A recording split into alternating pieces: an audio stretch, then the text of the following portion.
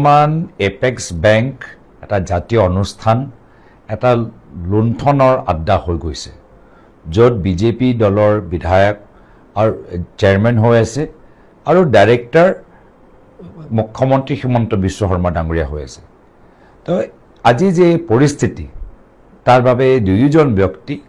আজি দায়িত্ব ল'ব লাগিব আৰু সেই কাৰণে আমি বাৰম্বাৰ তদন্ত বিচাৰোঁতে তেওঁলোকে যথেষ্ট অসুবিধা পাই আছে যদি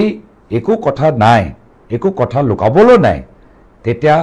আমি বাৰম্বাৰ কৈছোঁ এটা তদন্ত হওক বহুত অভিযোগ উত্থাপন হৈছে আমালোকৰ বাবে যথেষ্ট এটা ডাঙৰ প্ৰশ্ন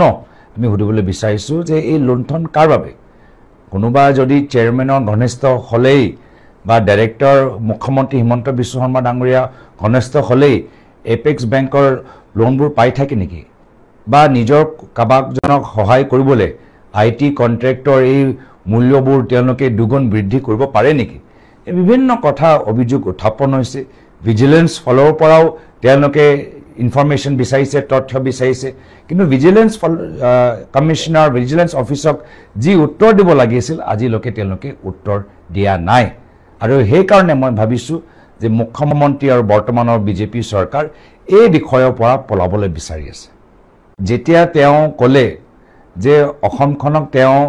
উন্নয়নৰ ক্ষেত্ৰত ভাৰতৰ শীৰ্ষ 5টা ৰাজ্যৰ মাজত লৈ যাব আমি সকলোৱে আমি স্বাগতম জনাইছিলোঁ কিন্তু যেতিয়া আমি দেখা পালোঁ সাষ্টেইনেবল ডেভেলপমেণ্ট গ'লছৰ ক্ষেত্ৰত অসম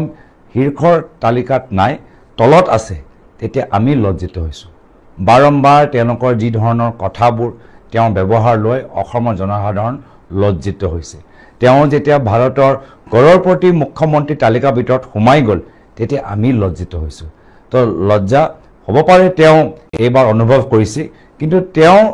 এই কাৰ্যকালত সমগ্ৰ অসমবাসী ৰাইজে লজ্জিত বৰ্তমান এপেক্স বেংক এটা জাতীয় অনুষ্ঠান এটা লুণ্ঠনৰ আড্ডা হৈ গৈছে য'ত বিজেপি দলৰ বিধায়ক আৰু চেয়াৰমেন হৈ আছে আৰু ডাইৰেক্টৰ মুখ্যমন্ত্ৰী হিমন্ত বিশ্ব শৰ্মা ডাঙৰীয়া হৈ আছে তো আজি যে পৰিস্থিতি তাৰ বাবে দুয়োজন ব্যক্তি আজি দায়িত্ব ল'ব লাগিব আৰু সেই কাৰণে আমি বাৰম্বাৰ তদন্ত বিচাৰোঁতে তেওঁলোকে যথেষ্ট অসুবিধা পাই আছে যদি একো কথা নাই একো কথা লুকাবলৈ নাই তেতিয়া আমি বাৰম্বাৰ কৈছোঁ এটা তদন্ত হওক বহুত অভিযোগ উত্থাপন হৈছে আমালোকৰ বাবে যথেষ্ট এটা ডাঙৰ প্ৰশ্ন আমি সুধিবলৈ বিচাৰিছোঁ যে এই লুণ্ঠন কাৰ বাবে কোনোবা যদি চেয়াৰমেনৰ ঘনিষ্ঠ হ'লেই বা ডাইৰেক্টৰ মুখ্যমন্ত্ৰী হিমন্ত বিশ্ব শৰ্মা ডাঙৰীয়া ঘনিষ্ঠ হ'লেই এপেক্স বেংকৰ লোনবোৰ পাই থাকে নেকি বা নিজৰ কাবাকজনক সহায় কৰিবলৈ আইটি কন্ট্ৰেক্টৰ এই মূল্যবোৰ তেওঁলোকে দুগুণ বৃদ্ধি কৰিব পাৰে নেকি এই বিভিন্ন কথা অভিযোগ উত্থাপন হৈছে ভিজিলেন্স ফলৰ পৰাও তেওঁলোকে ইনফৰমেশ্যন বিচাৰিছে তথ্য বিচাৰিছে কিন্তু ভিজিলেন্স কমিশনাৰ ভিজিলেন্স অফিচক যি উত্তৰ দিব লাগিছিল আজিলৈকে তেওঁলোকে উত্তৰ দিয়া নাই আৰু সেই কাৰণে মই ভাবিছোঁ যে মুখ্যমন্ত্ৰী আৰু বৰ্তমানৰ বিজেপি চৰকাৰ এই বিষয়ৰ পৰা পলাবলৈ বিচাৰি আছে যেতিয়া তেওঁ ক'লে যে অসমখনক তেওঁ উন্নয়নৰ ক্ষেত্ৰত ভাৰতৰ শীৰ্ষ 5টা ৰাজ্যৰ মাজত লৈ যাব আমি সকলোৱে আমি স্বাগতম জনাইছিলোঁ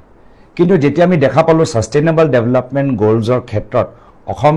শীৰ্ষৰ তালিকাত নাই তলত আছে তেতিয়া আমি লজ্জিত হৈছোঁ বাৰম্বাৰ তেওঁলোকৰ যি ধৰণৰ কথাবোৰ তেওঁ ব্যৱহাৰ লৈ অসমৰ জনসাধাৰণ লজ্জিত হৈছে তেওঁ যেতিয়া ভাৰতৰ কৰৰপতি মুখ্যমন্ত্ৰী তালিকাৰ ভিতৰত সোমাই গ'ল তেতিয়া আমি লজ্জিত হৈছোঁ তো লজ্জা হ'ব পাৰে তেওঁ এইবাৰ অনুভৱ কৰিছে কিন্তু তেওঁ